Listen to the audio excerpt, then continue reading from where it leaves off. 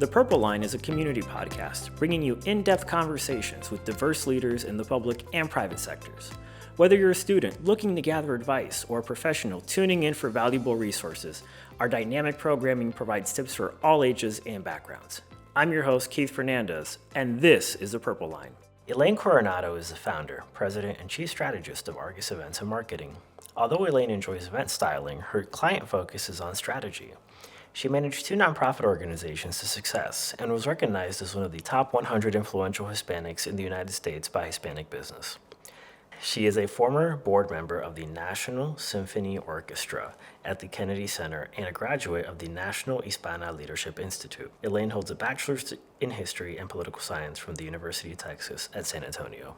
Elaine Coronado, thank you so much for joining us on The Purple Line, a longtime friend of CHLI and someone that I've known for many years, and so many CHLI interns have looked to as an inspiration, as a small business owner, as someone whose family has a history of military service and philanthropy. Thanks for joining us. I am so excited to be here. I love CHLI, and I love seeing all of their former interns doing well. So it's a pleasure. Thank you. It's great. 20 years old. Can you believe it? We can't drink yet, but otherwise. I remember 20 years ago. And it's funny that my brother Troop, who was one of the founding members, came up with CHLI's tagline. Really? The Hispanic community's diversity of thought. So he came up with that 20 years ago. I remember him well. I'm a dinosaur CHLI intern from 2006, so that tells you a lot. The Cretaceous period of CHLI. But getting to, really how you grew up, we've had your dad on the podcast, Colonel Gil Coronado, founder of Hispanic Heritage Month. And what was it like growing up in a military family that is dedicated to service? And did you have a favorite place in all of that, both, physically and metaphorically? Yeah, absolutely. Well, first of all, I can share that since my first American school in the United States when I was a sophomore in high school. So up to then, I went to military schools in Germany, Panama, and Spain. And it was interesting though, because we were all, I loved it because there was some structure, there was some discipline. And if you got in trouble, they wouldn't call your parents, they would call your father's commander. So we were all very, very polite, yes sir, no sir, and I liked it. And it's interesting though, because the military is probably the one place where Latinos are overrepresented. If you look at, corporations or all types of industry, federal government, we're underrepresented significantly, but in the military, we're overrepresented. But within the military, we tend to be mostly non-officers. And my father was an officer. So it was interesting though, because from what I saw back when I was younger, the segmentation on military bases was not like by race or ethnicity, it was kind of more by your father's rank. And because there were more officers who were non-minority, those are sort of the kids I grew up with. But I was also drawn to the Latino kids, even though, because I'm not growing up with cousins and grandmas and such. So I had no sense of what my label was going to be.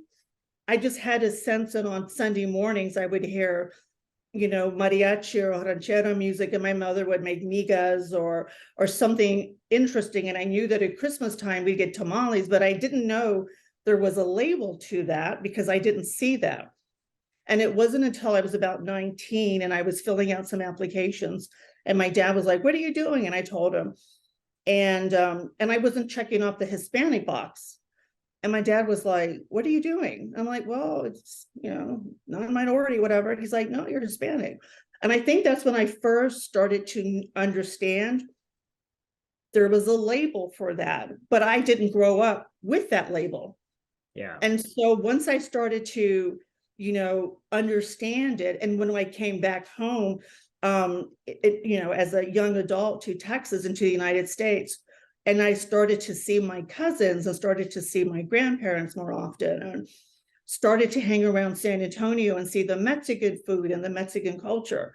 I think that's when I really started to learn who I was from my heritage. And so I call myself a born again Hispanic because I didn't know I was Hispanic when I was growing up. And it's really interesting, though, just to one day figure out what your label is and figure out other people are labeling you. But there was a downside to that as well. And I'll never forget in San Antonio when I was in my early 20s, and I probably told someone I was Hispanic, and he said, well, your English is pretty good. I was like, yeah, well, that's what I speak. And I still hadn't understood that that was like a microaggression, and that that was something that someone said to me with their own set of biases. So it took me all of these years as a young adult, as a middle adult, and as an older adult to understand all that means to be Hispanic, and how my upbringing kind of made me face some of those a little later in life. And now I fully embrace my Hispanicness. I mean, I'm just crazy about it, from the culture, the looks, the foods, everything about it. I just find just so incredibly beautiful. I love it. And it's interesting too, challenging assumptions is something that I think diversity of thought ladders into very, very well, which is obviously CHLI's mission. And one of the things that is interesting to me about your career path is you obviously grew up with a lot of structure, and then now you are bringing structure to events. You are bringing structure to people's the top moments in their lives, be it the CHLI Gala, the conventions, the Latino presidential inaugural galas. Did growing up with a military bent from your family and your father sort of influence the planner in you, or is that something that just kind of naturally came out? Well, it was funny though, because when you live on a military base overseas, at least when I was from the 60s, 70s, and even the early 80s, there wasn't, back in the day, of course, we didn't have cell phones. And so your only community were the people around you. You couldn't go on social media and talk to your friends back in the States. It was just the people around you. And so a lot of times we found ourselves creating our own fun. And my idea of fun back when I was like even 10 was, let's do a show, and I would be like the producer of the show at the age of 10. And I would get the kids in the, on the base, my friends, to like, you sing this song or you do this. And, so I think that's where maybe being in that environment of having to create our own fun is what sort of got that event person in me started. And then with the structure of the military, I think that's why I get frustrated when we don't start on time with events sometimes, especially as a within Latino organizations. I really try hard to start on time, because I know those who are not Hispanic walking into the room will judge us, and they'll be like, there they go again, they're late. And so that's why I like to flip the stereotype and go, we're starting on time, and we're, so if anyone here has done a part of the community, they're going to go, man, not only is this room beautiful and elegant, didn't expect that, if they've got the little biases, right, and they're on time. That's great. So I guess that's how the military influenced me. It's like, you're right. It's the timing, and it's also the learning to make my own fun when I was younger. I so agree with you. I love being on time. It drives me up the wall when no one is. And I joke that we run on LST, Latino Standard Time, which is 15 to 20 minutes late. And speaking of being on time, we're going to be right back with more of the Purple Line after this short message. Hello, this is Marianne Gomez-Horta, CHLI President and CEO. You are listening to the Purple Line podcast. We would like to thank the sponsors of our internship and fellowship programs: the Coca-Cola Foundation, Comcast, Altria Client Services, Ford Motor Company, the Home Depot, Walmart, UPS Foundation, Televisa Univision, McDonald's Corporation, and Corteva Agriscience. Thank you. We're back with Elaine Coronado here on the Purple Line, walking along with us today and talking about achievement and your business and your life. You are recognized as one of the top 100 influential Hispanics in the United States by Hispanic Business, a really incredible publication. What's it like being a celebrity? Just kidding. But what's it like being a successful Latina business owner? And what are the tips you can share with some of the CHLI interns and alumni who are listening, who might want to start their business or are beginning their business career? Well, that's a really good question, because I think from the very beginning, you have to follow your passion. I remember when I came back, well, first of all, I was in the 1990 class of the National Hispanic Leadership Institute. And as a part of that 4-week program, I spent a week at the Center for Creative Leadership. And we did a lot of training. There was a lot of testing. There was a lot of, I don't know if there was therapists or managers like watching our interaction with others. And at the end of the week, they said to me that I was highly entrepreneurial. And I have a very high streak in that. So, and I'd always thought I needed to do my own thing. But growing up in a military background, which is very structured, and you're in it for 30 years, and you've got that pension plan, and you're taken care of, if you will, it was hard for me to tell my parents that I wanted to start my own business, because they didn't have a sense of that. And I remember them saying, no, we'll make phone calls. We'll talk to so-and-so at this corporation. You'll get in there. You'll be a senior vice president, and, no time at all down the road. And I'm like, I don't want to do that. I want to start my own thing. This has been my passion since I was 10. I just like doing events. But this was in 1995 when I started. And so I told my parents, as a part of this, I have to move back home. So I moved back home, right by the laundry room. I remember I hired their contractor to build me the tiniest little space so I could plug in my little AOL, to my very big computer, and my fax machine, so I could, start a business. And I think you have to follow your passion. And I remember Steve Jobs is the one that said, follow your passion and the money will follow. Yeah. And I know it doesn't always work out that way. I know you might want to be an actor and it may not happen, but in my case, it happened. And I think it happened because back in the day, 1995, there weren't a lot of Latino event companies. There weren't a Latino PR companies. There weren't a lot of Latino advertising companies, or almost a whole lot of companies that dealt with corporations or nonprofits. And so when I started mine, I didn't have a business plan. I was just like, this just feels like what I need to do. Upon reflection, I think I should have taken time to do a business plan, but I just jumped into it. And I did have a business partner many, many, many years ago when I was very young in San Antonio. And we had started this this open university concept with a lot of different events. And we had the current it's a very interesting business, and he's a very wealthy man. I'll never forget, he said to me, he made millions of dollars because he said, while everyone in Texas was marketing and researching the migration, the waves of people moving from big homes to smaller homes, and then needing to go get storage units, while the other companies were studying that, he was buying warehouses. And he made a lot of money off the mini warehouse business. So his advice to me was, sometimes when it's just right, you just jump in and do it, and then maybe later you can come up with oh, right, I just jumped in. Now what's my plan? So when I started Hispanic Designers, Penny Harrison come to me and asked me to help her with PR and some media work. And I didn't know media work, but you always say, like a good actor, sure, I know how to ride a horse, even when you don't know how to do it. And I helped her with the media. And the night of the event, she found me crying in the bathroom. She's like, why are you crying? And I said, oh my God, I didn't get as many media people here as I should have. And she goes, Elaine, we've never had these many media people at our event. I said, what do you mean? She goes, you blew it out of the water. And I didn't know, because she never said to me, we only have 3 media people here for our press conference. And it would be an event with Oscar de la Renta and some other people.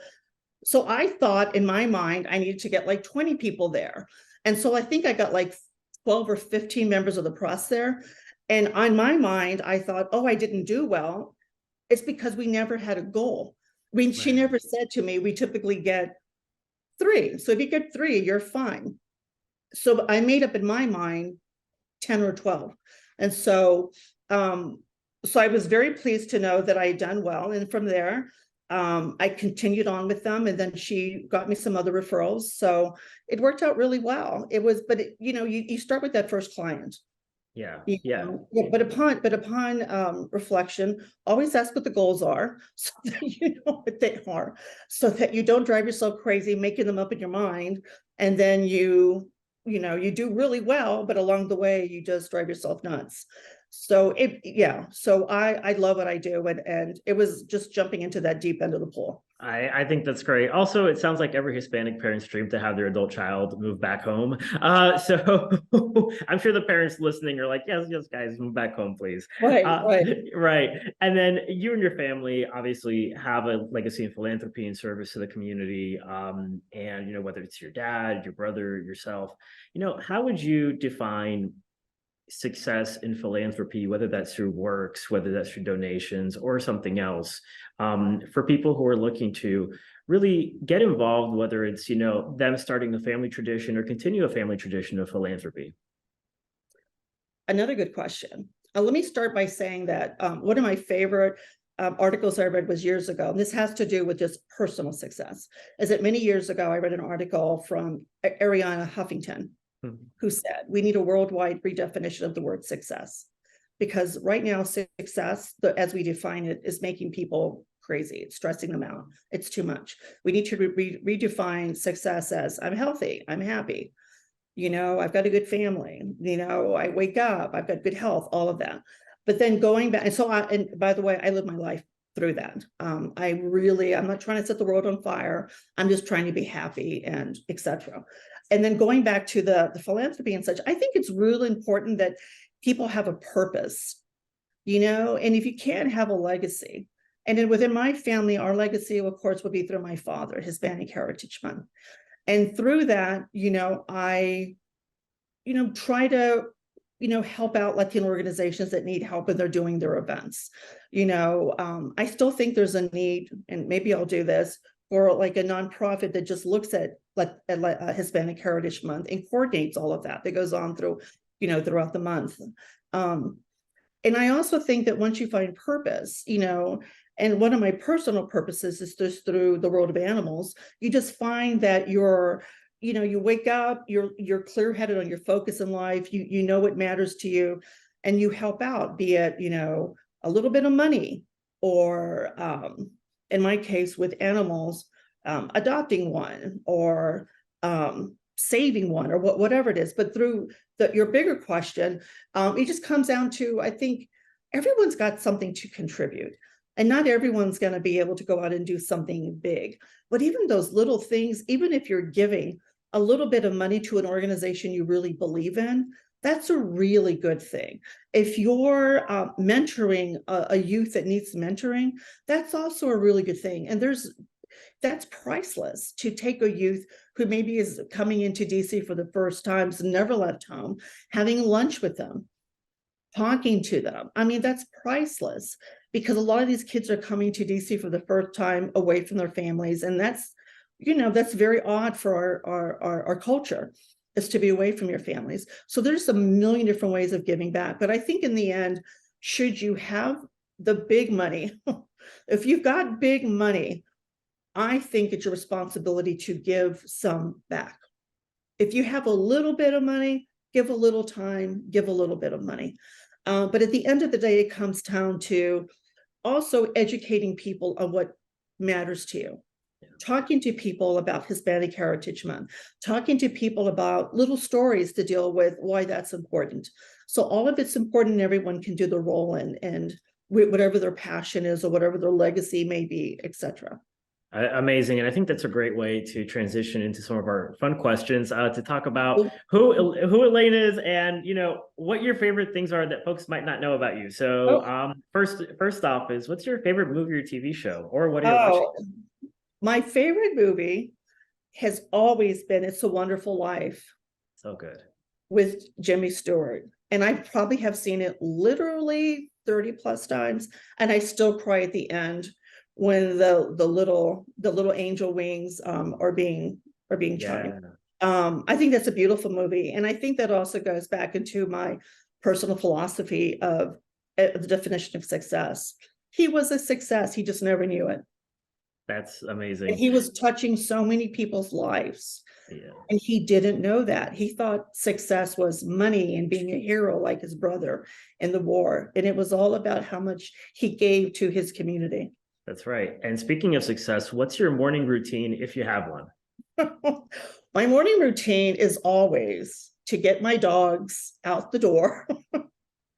I always have to get the dogs out the door. Then they come banging on the door, and because they're ready for breakfast, make them breakfast, give them their medicine, take them out one more time, and then we come to the office.